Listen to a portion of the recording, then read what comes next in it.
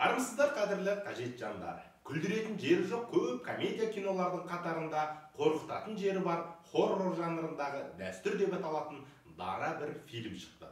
Алғашқы аптаның өзінде 1 миллиард теңгеден аса табыс тауып, TikTok'ты түгел жаулап алған, жаңа жылда жарыққа шыққан, жастарға жаппай ұнаған дәстүр жайлы артық кемімен мақтау сынымызға толы шолуымызды бастайық. Тарковский режиссер уақытты таңбалаушы деген екен.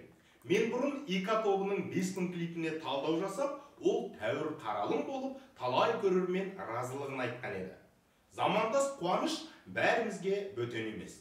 Шығармашылығымен жалпы біз де, сіз де таныссыз.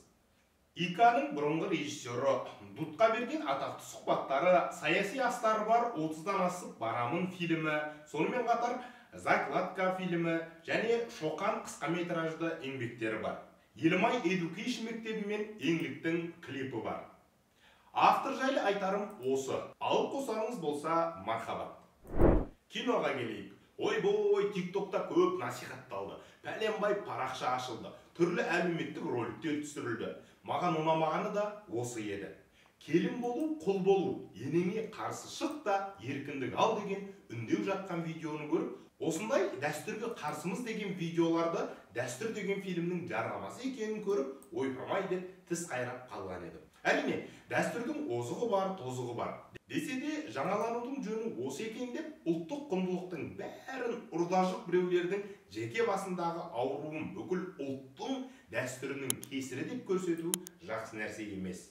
Біз ұлтшылдықпен күрестік, сендер ұлтсыздықпен күресесіңдер деп Ғабиден Мұстафин айтпақшы, хайп үшін қазақылықты құрбандыққа жіберудің жөні жоқ шыны керек. Дұрыс айттым бағайын? Негізі көтерген тақырыбымыз тұрмыстық зорлық зомбылық деді. Оны түрлі жолмен сан рет айтты. Сонымен қатар экс-министрдің әйелін пышақтап өлтіруі осы тақырыптағы киноны одан әрі көруге ынтықтыра түсті. Одан бұрын бұл тақырыпта Ұзақбаевтың Бақыт деген фильмі шықты. Осы мәселені көтерді, көрсетті. Ал мұнда осы тақырыпта арқау еткен дәстүр деген фильмнің өзіне қарағанда жарнамасында тұрмыстық зорлық туралы көбірек айтылды. Неге екенін сәлден соң айтамын. Қазақстандағы алғашқы хоррор, ужастик фильм деп жатыр. Бұл бірінші емес негізі. Ақан Сатаевтың Адасқандары, Алас сериалы тағы да басқалар болған. Бірақ олар қорқытқанға қарағанда күлдірген, жанрды бүлдірген кино сериалдар еді. Бірақ дін, сүре аяттар қосылған мұсылман қазаққа жақынырақ оқиғалар бар осы фильм десек болады. Әйтпесе ішіне жын кіріп, аруақпен алысып, қабірден хат келіп, аят оқып, шайтанмен шайқасатын фильмдер Индонезия мен Арабтарда біраздан бері бар. Фильм түсіріліп болғасын Кука маркетологтармен ақылдасыпты. Сол кезде олар жаңа креативті ештеңе жоқ әдеттегі кеңестерін айтыпты. Оған Кука көнбепті де өз беттерінше бұлай шешім шығарыпты. Әлеуметтік роликтер түсірілді, Калифорния мен Райм секілді атақты әншілер арнайы клип жасады. Фильмнің трейлерінде жастардың хит әншілері бой көрсетті. Қатарынан бірнеше ай дәстүрлі подкаст деп аталатын жоба арқылы, ол жерге шақырылған танымал адамдар арқылы жақсылап жарнамалап алды. Ай бойы үздіксіз шығып отыратын подкастта қорыққан әңгімеде, қыртқан әңгімеде айтылды. Олардың қаралымы да тәуір болып, әр подкасттың ішінде фильмге сілтеме жасалып, көрген адамды ынтықтырып отырды. Фильмнің табысты болуы режиссер айтпақшы, түсірілім тобының орташа жасы 25 жас екен. Және өздерінің де атақтары осындай жарнамалық жұмыстың нәтижесі. Һәм елдері ғана ауысып сюжет сақтала беретін Қоянбаевтың қазақша бизнесімен үйленіп ажырасу туралы комедиялардан жалыққандар үшін өзге жанрдағы жаңа фильм болғандықтан болса керек. Фильмнің бюджеті жалпы 200 миллион теңге екен. 160 миллионы түсірілімге кетсе, қалғаны жарнамаға жұмсалыпты. Жарнама жақсы жұмыс жасады, жақсы табыс тауып жатыр.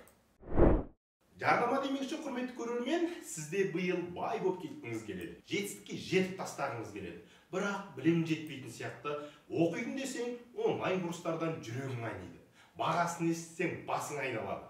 Таргетіне тиіп кетсең, менеджері миыңды айналдырып, талай ғана рассрочкаға алғызып, кредитке кіргізіп жібергенін білмей қалып жүрсең, қажетжан, родной, біз жақсы бір жоба жасадық. Курс сатушы бұл бәлелерде көп кітапты оқып алып, соны саған сабаққа айналдырып сатып жүр ғой негізі. тур сынамаса қоя сал, кітап оқысайшы. Кітапқа уақытың жоқ па? Онда біздің жоба дәл саған арналған. Общем, родной, былай. Әлемге танымал бестселлер кітаптардың, тіпті қазақша түгілі орысшаға да аударылмаған атақты кітаптарды, родной, сен үшін, сен оқып алсыншы деп қазақы түсінікті тілде аударып, сен уақытын үнемдесін деп сылдыр сусыз, артық сөзсіз, ең керекті жерлерінен саммари істеп, яғни 200 беттік кітаптың ең нәрлі жерін сығып 20 бетке айналдырып, родной, сен бір оқпен екі қоян атсын деп, жолда кетіп бара жатқанда, қолымен басқа нәрсе істеп жатқанда да білім алсын деп, әлгі кітаптағы білімнің ең негізгі жерлерін, негізгі нәрін қазақшаға аударғанымызды сен тыңдасын деп аудиосында жасап қойдық. Супер ма?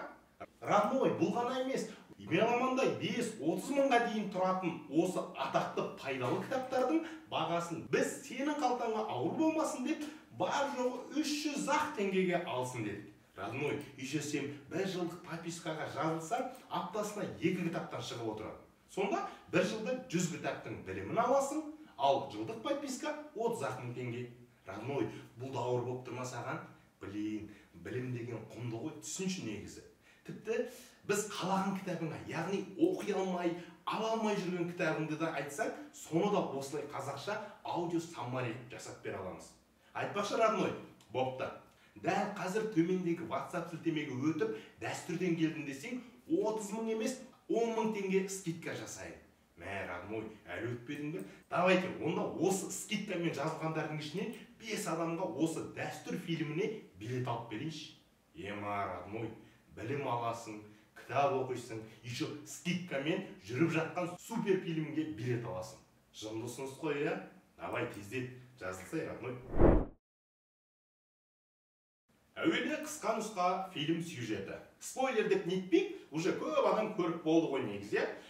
Болашақ ауылы, соңғы қоңырау. Әкімнің өзі артына кіріп кете жаздап жүрген коммунист бай. Оның есерсоқ ұлы, домбырашы қыз 8 миллиондық дәретхана арқылы парақорлықты бұл жерде паш етеді.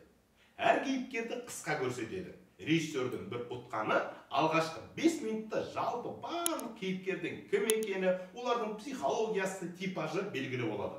Бұлай бастабында бірден көрсете алу негізі мықтылық. Мектеп бітіру кешінен кейін мас Болат қызды зорлайды. Негізі зорланған қыздың қарсылық сахнасы аз, алса бір сендіре қоймайды. Атак зорлай бер, қарғыстай салам деген сияқты бір көп қарсылық танытпайды. Айтпақшы, мынандай мен пайда болыпты. Тиктоктағы жігіттер байқаңдар, қызды жылатсаңдар, қарғыстайды. Оңбайсыңдар бар ғой, ойланыңдар деген сияқты. Дұрыс шығар, бірақ қарғыс деп қатты кетпесе де, обалы жібермейтіні ол анық енді. Жалпы қоғамда, яғни заңның өзі әлсіз болса, күштімін деп өзінің құдайдай сезінген талай адамды Құдай тағала туған баласымен сынайды екен. Кинодағы оқиға осыған айқын дәлел. Әкесі Болатты барлық проблемалардан құтқарып отырған. Бұзықтық жасаса ақтап алады, не сот жоқ, не бұған жаза жоқ. Ойына келгенін істеп жүрген еріккен біреу. Әлгі аясаң аяма дегеннің кері. Әкесі сол жалғыз ұлым бар деп барын берген. Ол шол жағын жармес. Және оның осындай тәрбиесіздігі ата-анасының өздерін опық жегізеді, өкіндіреді. Ауылда дұрыс қыз қалмады ғой деп қылжақтап отырғандар, кеште зорлар кезде де еш алаңдамайды, саспайды, ойына келген хайуандығын істей салады. Яғни өздеріне сеніп тұр, ешқандай жаза алмайтыны. Жасөспірімдер арасындағы әлімжеттік, әйел зорлығы, аузы қисық болса да бай баласы сөйлесін, ішімдік пен нашақорлықтың кесірісінде проблемаларды көтерген. Ішімдік пен наша жалпы адамзаттың ішіне кіретін жын. Дүние қоңыз бай, Нұрсұлтан мен баласы есерсоқ Болаттың бейнелері аттарын арнайлап айтпасам да сіздерге түсінікті шығар. Бұл сияқты метафоралық атаулар бұл фильмде жетеді. Хан Шатыр тойханасы, Болашақ ауылы, Бәйтерек дүкені, Нұрлы мешіті секілді. Айтпақшы, қыздың аты Диана. Жоғарыдағы логикаға салатын болса, Дариға немесе Динара болу керек еді ғой. Жоқ, бұл грек тілінен аударғанда құдайдай мінсіз деген мағынада беретін есім екен. Қазақтың сөзі емес негізі Диана деген. Бірақ осы мінсіз пәк қыз зорлыққа ұшырайды. Әке-шешесі шу шығарады, соттатпақ болады, осы кезде әкім араласады. Ауылдың атына кір келеді. Ел не дейді, қазақтың дәстүріне сай, лучше құда бола салыңдар дейді. Мәселе осы жерде. Режиссер қай дәстүрді айтып тұр? құда болуды ма? Ойбай, бүкіл адамзат құда болып жатыр онсыз да. Әлде зорлықшыға қосуды айта ма? Қазақтың дәстүрінде ондай нәрсе жоқ негізі. Әлде коррупция мен әйел құқығының тапталуын, ақшасы бардың айтқаны болатын әділетсіздіктердің дәстүрге айналып кеткенін айтқысы келді ме екен? Әлгі шу шығарып ойбайлап келген кезде жігіттің анасының ойыны мен сол сахнада айтылатын сөздер сендірмейді адамды. Әрі диалог логикаға сәл сәйкес келмей, әйтеуір жаттан түрде айтыла салғаны көрініп тұр. Бұл оның бір фильмдегі кемшілік десек те болады. Әрі бір қыздың өмірін құртқан ұлының қалай қателескенін көруге де шешесінің ешқандай тырыспағаны қынжылтады. Сосын күйеуіне жалғызымды қамауға қалай жіберемін, бір ұлымнан нені аяйсың, малыңды сатсаң да алып қал дегенде ызаң келеді екен. Әскерге де жібермейік, лучше үйлендірейік деп шешім айтады. Ұлын аяйды, бірақ басқаның қызын зорлай берсе болады. Басқаның баласын ұрып соғып, ақшасын тартып алса да болады екен. Жалпы бұл Болат есімді кейіпкердің анасының ғана эгоистік шешімі емес. Жалпы қазіргі қазақ қоғамының өз басына күн туғандағы өзін ғана ойлайтын шешімі сияқты меніңше. Ойлап жауап беріңізші. Құдай сақтасын. Бірақ аяқ астынан, жазмыштан сіздің жақын адамдарыңыз байқаусызда немесе қасақана қылмыс жасап қойды. Сізде қандай шешім болады?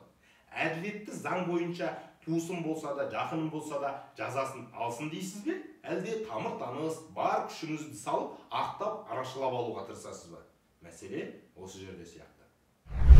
Ал әуелгіде антұрғанды соттатам, түбіне жетем деген қыздың әкесі мен анасы ел жұрт шулап жүр, ұят болады, ел басына қалай қарайсың деген сөзге қарсы келе алмай қалады. Қалаға көшейік десе ақшалары жоқ, көшпейін десе жұртқа таба. Жұрт не дейді деп туған қызын құрбан ету мүмкін осы дәстүр шығар. Алайда әкімнің дәстүр ғой деп ұсынған құда болдыру ұсынысы бойынша қалың малға 10 миллион теңге деп келісетіні бізге түсінікті ғой негізі қалың мал ретінде. Бірақ басқа ұлт өкілдері көрсе қызын сатты деп түсінетіні анық, иә? Осы жерін ойласаң, кішкене ашықтау кетеді екен. Айтпақшы, әкім өзінше әкімшелеп сөйлеп жатқанында, «Ей әкім, түсінікті тілде сөйлешей» деген жері маған ұнады. Біздің шенеуніктер солай пафосты сөйтіп сөйлей береді ғой. Десе де неке қиярда қыздың мәһірге еркіндік сұрауы, оған имамның жарайды бопты деп ары қаратай процесті жалғастыра беруі, имамға да заңсыздық, зорлау, әділетсіздік деген нәрсеге пысқырмайтын сияқты бір әсер қалдырады екен. Неке қиылады, той болады, тойханадан қыз қашып шығып тоғайға барады да асылып қалады. Шалажансар қызды құтқардым деп күйеу жігіт оны ақ отауларына алып келеді. Негізі қызық осыдан басталады. Байдың шаруа қожалығында екі басты бұзау туылады. Малшылардан маза кетеді, Құран оқытайық дейді. Сол кезде коммунист ретінде бата бермейтін әлгі Нұрсұлтан ветеринар емес, молда шақырамыз дегендер не деп тістеніп отырып әлгі бұзауды бауыздай салады. Режиссер осы кейіпкер арқылы материалистік дүниетанымы мен коммунист болғаны үшін байлар жаман деген мағынада бір айыптау байқалады. Өйткені кейінгі сахналарда да әйелі анау жыңғырды деп үйден шошиды ғой. Сол кезде Құран оқытайық дегенде Құран оқытқанша кітап оқыңдар дейді. Бұлай логикамен қарасам, мал ауырса, сондай жағдай болса, негізі мал дәрігеріне қарату керек, дұрыс па? Адам ауырса, дәрігерді шақыру керек. Бірақ ол Нұрсұлтанның сөзі далаға қалады. Бұл бір бос әңгіме айтып жүрген сорлы коммунист сияқты кейіпте қалады. Айтпақшы, кейбіреулер осы екі басты бұзауды біздің қос билік деп те түсініп жатыр екен. Мен енді соншалық астар деп ойламаймын, бірақ олай да болуы мүмкін. Содан кейін қорасындағы қойлардың қарны жарылып пышаққа ілінеді. Бұны құдасынан көреді. Үйіне барса, ол әлгі ақшаға машина алуға кетіпті. Осы кезде қызы туралы шешесі сұрайды ғой. Телефонымызды алмады, қызымыз қалай өкпелеп жүр ма деп. Сол кезде Нұрсұлтан, мен де көргем жоқ келінді әлі. Аурушаң дей ме деп айтса да, одан кейін шешесінде ешқандай реакция болмайды. Өкпе ренішіміз жоқ, барлығы шешілген дейді. Осы жері шешесінің реакция білдірмеуі ауыр мәселе. Айтпақшы, осы жерде бір түсініксіз нәрсе қос басты бұзау туылады. Сосын малдардың қарны жарылады. Не қасқыр емес, не ұры емес. Кім болуы мүмкін? Бинго! Әрине, жын деп ойлайсыз. Жоқ, бірақ қойларды сойып кеткен әкім екен. Иә, әкім шаруашылықты сатып алу үшін әдейі қорқытып малды бауыздады делік. Бірақ екі басты бұзаудың туылуына әкімнің қатысы жоқ шығар. Осы жері сәл келмей ұйқаспай қалған екен. нетіп жазып жіберіңіздер, иә. Болаттың шешесі қалаулым сияқты бірдеңені көріп бастағанда, ол жерден Диананы көреді, шошиды. Шешесіне біртүрлі нәрселер осы кезде басталады. Бірақ егер бұны қорқынышты кино дейтін болсақ, әке шешем мені ақшаға сатты дейді. Ақшаға сатқаны үшін сол өзінің де әке шешесінің түсіне кіретін болса, онда қорқынышты киноның құрылымына сай болар еді, иә? Анау түс көріп шошып оянады ғой. Сөйтсе, мен оның анасының түсі екен десем, жоқ, енесінің түсі екен. Үйден біртүрлі жағымсыз иістер шыға бастауы, қыздың аяғым ауыр дегені, қараңғы түнде ыдыс жуып, манты пісіру, енді барлық сюжетті айтпай қояйын, сіздердің де көретінге бірдеңелер қалсын. Бірақ осыған дейін мен оқыған рецензиялар мен видео шоуларда мына нәрсе айтылған жоқ. Негізі фильмнің осылай шулауына жасырын түрде әсер еткен, көрермендер селк еткізген, бірақ сездіртпеген бір сахна бар. Өте қауіпті сахна. Қай жері? Я, өлікпен перісетін жерін ешкім айтпады. Бұл сахна өте жаман. Ермек Тұрсыновтың кейіпкері анау ешкіммен неткен кезде бәріміз шулап едік қой бұрын. Ал Куканың кейіпкері өлікпен періскенде көбіміз үндемедік, бұл жерін еске алмадық. Моральдық тұрғыда психологияға өте зиян нәрсе осы. Аятул Курси мен Нұрсұлтан, Болат, коррупция, дәстүрің былай қалсын, қауіптісі де осы. Неге сол жайлы ешкім ештеңе демеді, соны түсінбедім. Сіздер үшін бұл жай нәрсе ме негізі? Жарайды, ол жын кіргендіктен сүйткендерсіз, бірақ экранда сондай сахна көрсетілді ғой. Болды, бітті. Бастысы экранда көрсетілді. Мен мұндай сахналарды бір голливудтық кинодан, ирандық кинодан көргенмін. Және ауғандық па, сондай бір мұсылман елдерінде өлікпен соңғы жыныстық қатынас деген дәстүрі туралы естіген едім. Болды, осыны енді қазақ киносында көрсету ойларыңыз жаза кетіңіздер. Сонымен жалғастырайық. Кей кісілер бұл кино әдеттегідей саяси астары бар десе, енді біразы діни уағыз депті. Себебі фильмде қорқынышты нәрсе домбыраның үні, ал оны құтқаратын нәрсе арабша сүрелер. Алайда ол сүренің өзі тек имамның өзін ғана құтқарады, қорғайды. Бұлайша айтқанда, басқаларға пайдасы тигені бұл фильмде көрінбейді. Қылмыс болып жатыр. Үйде 2 адам қайтыс болған. Яғни кісі өлімі болса оқиға орнына полиция келу керек. Дәрігер келу керек. Жоқ, бұл жерде имам келеді. Онысы да қолынан дым келмеген полицей дұға жасап мәшинесінде отырады. Аға, бармаңыз дейді әкесіне. Әрине, жын кіргенде заң ештеңе істей алмайды дерсіз. Бірақ бұл фильм, бұл пропаганда. Осы мәселенің өзін алып қарайтын болсақ, заң жүрсе, полиция әу баста заң бойынша Болат сияқты бұзықты құрықтаса, қылмыстарға жеткізбей оның жазасын берсе, қыз қарғыстармайды. Жоқ, олар шарасыз болғандықтан осы халге жетті, қылмыскерлер құтырып жүр. Болатқа қызды зорлатқызған жын емес негізі, заңның жоқтығы ғой. Әлгі мұсылмандар күнәні жасап алады да, шайтандан көре салады, шайтанға жаба салатын дейін бар емес пе? Сол сияқты болып тұр. Так, бұл жайлы біраз нәрсе айтуға болады. Бірақ фильм түсірушілер тұрмыстық зорлық-зомбылыққа қарсы күрес туралы фильм жасадық деді. Бірақ күрес, әділеттілік, жеңіс бұл дәстүр деген фильмде жоқ. Зорлықтың құрбаны құрбан күйі, заң сақтаушының қолы сол байлаулы күйі, ал сот төрелігін жасай алатындар ақша санаған күйі қалады. Бұл оқиғада шешім ұсынатын, бәрінен кейін жаныңыз үшін дұға етіп беретін тек қана имам. Режиссер сенімді түрде айтатын, ескі дәстүрге айтылатын сын ешқандай жол көрсетпейді. Картина сюжеті 3-ші акт басталғанға дейін не зорлық пен туыстарының сатқындығын көрген бас кейіпкер, не проблема ғаламдық деңгейде еш мән мағынасы болмай қалатындай құрылған екен.Ошын расы солай. Қыз зорласаң, жазадан құтылғың келсе, үйлене сал деген сияқты. Ол өйткені дәстүр. Бірақ әйеліңе қол көтеріп қиянат жасасаң, жын келіп әкеңе танытады. Сол үшін сүре жаттап, имамдармен байланыста бол деген сияқты болып тұр. Бұлай жақсы ой екен негізі, сотталасың, анау деп айтпайды, жын кіріп быт-шытын шығарады дейді. Шешім сол. Жарайды, мағынасы айтар ойы түсініксіздеу делік. Бірақ соңында жігіттен жын шығарған соң, ол сауығу керек еді. Логика бойынша содан жынханаға емес, түрмеге түсу керек еді. Солай емес бағайын, иә? Бірақ мұнда басқаша. Тұрмыстық зорлық-зомбылық туралы фильмнің соңындағы титрға жаза салған екен негізі. Бірақ ол кезде жұрт орнынан тұрып кетіп жатады. Отырып оқиын десең, алдыңнан кесіп, адамдар оқытпай қойды. Ал ол көрермендер титрді оқу емес, аятыл курсты жаттап алу керек ау деп кетіп сыбырласып бара жатты. Алайда түсірілім сапасы жанр ретінде жақсы болады, техникалық жағы кей жерлері шынымен телефонмен түсірілгендей кішкене әсер беретін болса, бұл жалпы отандық фильмдерге ортақ мәселе. Бұл жерде бояу. Қорқынышты кинолардың түсі басқа болатын еді негізі. Контейнерден үй жасап, техникалық жұмыстар ерекшелік шығар біз үшін. Десе де оны Нолан братаннан баяғыда көріп тастап едік. Сондықтан ішек тартып сілекей ағатындай жаңа нәрселер жоқ. Оператор атақты Азамат Дулатов. Бұл фильмде саспенс бар, интрига бар, жалпы жақсы. Ал кейіпкерлер барлығы ашылған, түсінікті кейіпкерлер, актерлар сенімді ойнайды. Ана Болаттың шешесі бірден қорқа салып, жылаған жерлеріндегі біртүрлі жалықтырып жіберетін, жаңағы боқыстатын бір дыбыстар шығарады ғой, сол болмаса басқасы жақсы. Содан кейін әкесінің қайта-қайта боқтағаны тым артықтау сияқты. Басқасы әдемі. Фильмнің музыкасы саундтрек. Бұл даланың ерлері деген жақсы сәтті таңдалған ән, бірақ фильмдегі Болат сияқты әлсізге күш көрсететін ерлерге бір кекесінің сарказм ретінде айтылғандай әсер қалдырады. Сол дұрыс шығар, әйтпесе әйел ұрып зорлап жатқан адамдарға жарайсың даланың ерлері деп айтқан ыңғайсыз шығар. Айтпақшы, режиссерлардың кинодағы сәлем беру деген нәрсе бар.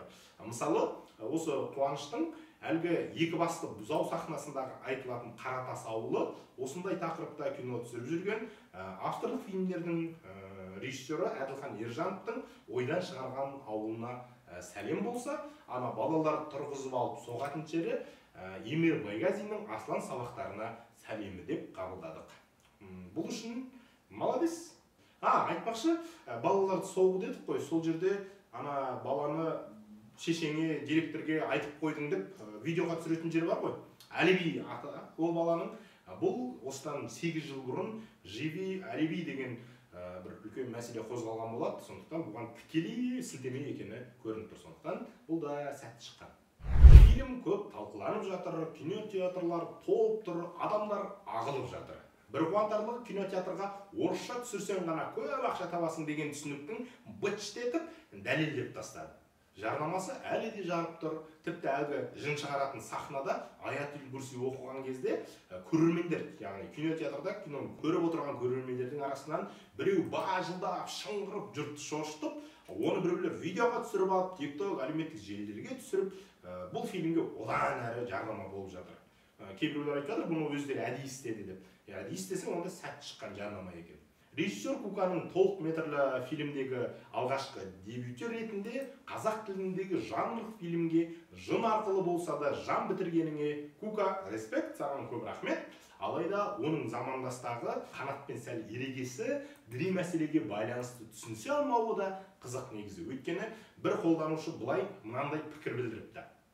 Фильмнің дәстүр аталуы қате. Қазақта қыз зорлап зорланған қызды зорлықшыға қосу деген дәстүр жоқ. Және дәстүрдің бәрі жаман деп кім айтты? Соңғы кезде дүмшелердің арасында дінді дәстүрден жоғары қойып, дәстүрді жоққа шығару ауруы белең алған. Тура сол ауру осы фильмде де айқын көрініс берген депті. Дәстүр емес, бәлки қарғыс десе дөп тигендей ат болатын еді. Және тағы католиктердің шіркеуі голливудтық студиялармен көп жұмыс жасайды. Осындай жындарды шығаратын әулие әкелер туралы фильмдерді түсіріп, жамағаттарын көбейтеді дейді. Бұл жерде де сол схема орын алған депті. Бұған не дейсіздер? Айтпақшы, ақыр жын шығару туралы айтыптық, фильм сол туралы екен. Ендеше жын шығаратын кісілердің курсы бар бізде айтпақшы. Серьезно айтам, жыннан қалай қорғану керек, сақтанудың жолдарын ұсынады. Мына нөмірге хабарласыңыздар. Сол жерде сізге қалай рухани таза жүру керек болады, жын келіп сізде ектеп жатса қалай қорғану керек, қалай сақтану керек, кіріп кетсе одан қалай шығару туралы айтып түсіндіріп береді. Бұл өте сәтті, өте керек нәрсе деп ойлаймын. Өйткені жын кіріп кету мына заманда өтірік нәрсе емес, айналамызда болып жатқан нәрселер. Сондықтан сілтемеге дереу өтіп хабарласыңыздар. Шынымды айтсам, мен жеке өзім фильмнен бұдан да көп нәрсе күткем. Ал бірақ бұл көп қорқынышты кинолардың сахналарынан үзіп қазақты бір реңк беріп, басқаша жаңа бір қорқынышты кино жасай салған сияқты әсер қалдырды. Ақша, айтпақшы, фильмнен түскен ақша феминистік топтарға кетеді деген ақпарат айтылыпты.